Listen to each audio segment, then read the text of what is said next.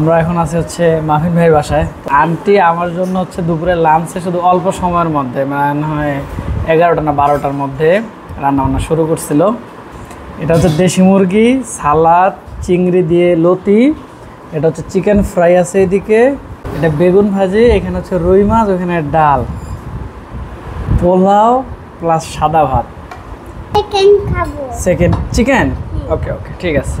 So Mahin ভাই হচ্ছে আজকে ক্যামেরাম্যান, আমি হচ্ছে উঠাই নিচ্ছি। আচ্ছা নাও, মাম্মা বলছে তোমাকে খাওয়াই দিবে, নাও। সো চিকেন ফ্রাই দিয়ে শুরু করি, বিসমিল্লাহ। ওকে ওকে, আর না না না আরে দাঁড়ান, আর না না না, এ ভাই এত না, আরেকটা ভাই বাসা অনেকগুলো মানুষ আছে, না না না, হ্যাঁ আমি উঠাই দিই, আমি আপনার কিছু উঠাই দিই। দেন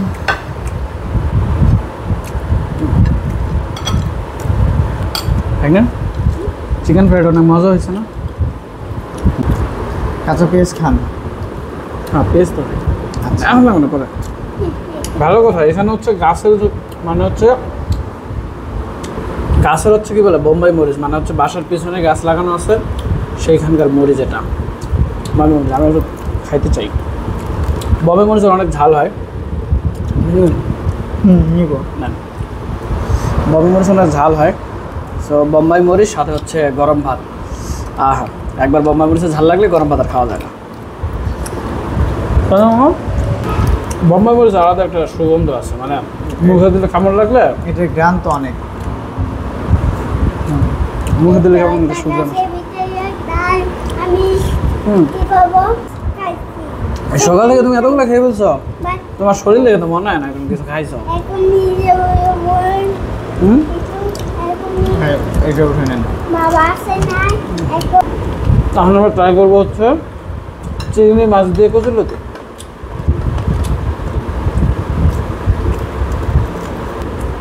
এটা হচ্ছে চিংড়ি মাছ দিয়ে কচুরলতি, টেস্ট করি।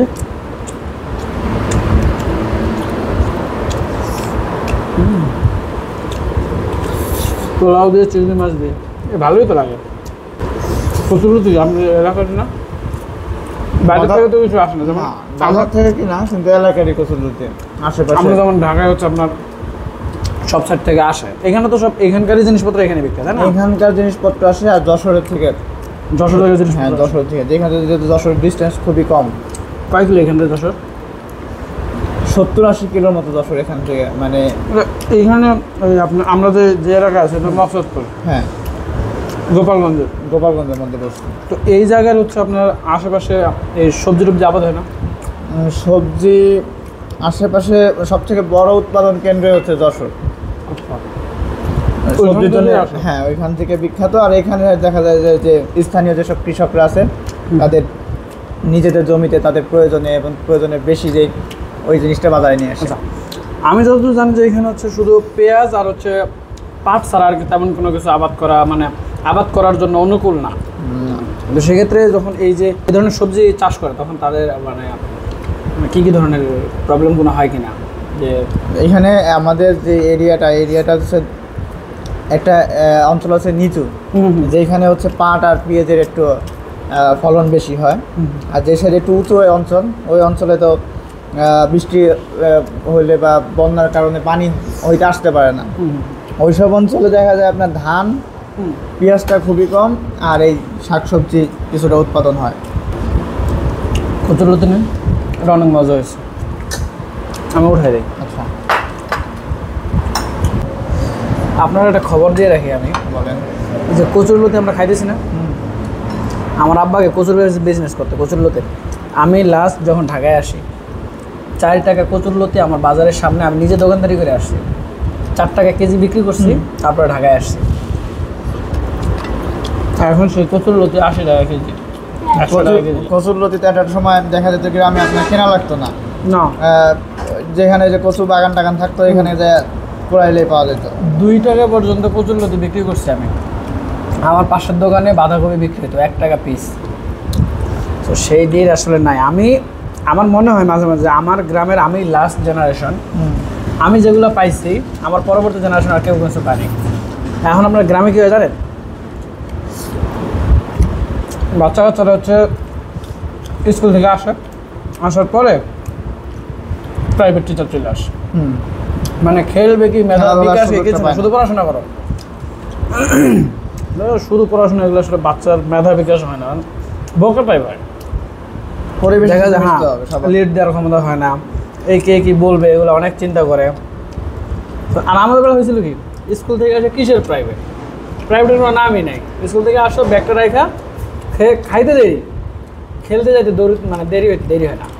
আচ্ছা ভাই, আমাদের এরিয়া তো মোটামুটি একটু আশেপাশে ঘুরলেন, কেমন লাগলো আমাদের এখানকার পরিবেশ, মানুষ? পরিবেশ বলতে কি, আমি যেহেতু উত্তরবঙ্গের, আমার বাসা হচ্ছে পঞ্চগড়। শীতকালে শীত বেশি, গরমকালে গরম বেশি। এই জায়গাটা হচ্ছে আসল নাতিশীতোষ্ণ, না গরম না ঠান্ডা, না গরম না ঠান্ডা, হ্যাঁ। মানে একদম এখানে perfect। শীতের সময় অতিরিক্ত শীত হয় না, আবার গরমে অতিরিক্ত গরম হয় না। গরম এমন না। চারিদিকে অনেক গাছপালা এখানে, হ্যাঁ। পানি তো অনেক। আজকে যে এলাকায় গেলাম আমরা ঘুরতে, ওইখানে তো প্রচুর গাছ, প্রচুর। মানে হ্যাঁ। আমাদের এই অঞ্চলের মধ্যে ওই সাইডটা হচ্ছে গাছের পরিমাণ খুব বেশি। এবং খুবই মজার বিষয় হচ্ছে যে রাস্তাঘাটগুলো হচ্ছে নিরিবিলি। নিরিবিলি, হ্যাঁ। আর এই সাইডটাতে মানে গ্রামের মধ্যে দিয়ে যেসব গাছ আছে, রাস্তাগুলো আছে, রাস্তাগুলো সম্পূর্ণ মানে পাকা করা, মানে কোনো ধরনের যে কাদা পাড়ানো যে এটা ইয়া থাকে, ওই কাদা পাড়ানোর কোনো প্রবণতা নেই এখানকার মানুষের। গোপালগঞ্জ বলে কথা, এখানে তো হ্যাঁ বুঝতে হবে। বাট আমার বাড়ির ওদিকে, ওই যে গতকাল রাতে যেটা বলতেছিলাম যে আপনি বাইক চালাচ্ছেন, সামনে একটা বড় গাড়ি আসছে, লাইট আপনার চোখে লাগছে, কিন্তু আপনার শুধু রাস্তাটা মনে আছে যে এখানে এরকম, কিন্তু মানে নিশ্চিন্তে আপনি গাড়িটা চালাই যাচ্ছেন, রাস্তায় কোনো খারাপ নাই, রাস্তায় কোনো ভাঙা নাই, কোনো খন্ডা নাই। আমার ওইদিকে আপনি এভাবে জীবনেও পারবেন না, আপনাকে গাড়ি স্লো করতে হবে। দাঁড়াও, আমার কাছে আছে এখানে, রাইস নেন ভাই। এটা দাও, আমাকে দাও।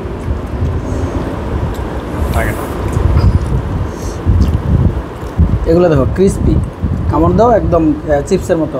দেখো অনেক বেগুন ভাজা আছে ভাইয়া। হ্যাঁ, এক পিস বেগুন ভাজি দেন তো ভাই। রাইস নেন। এই হচ্ছে মাহিন ভাইয়ের বাসার থেকে আজকে আমাদের lunch blog, lunch blog. So এখন ভিডিও করতে হচ্ছে আমাদের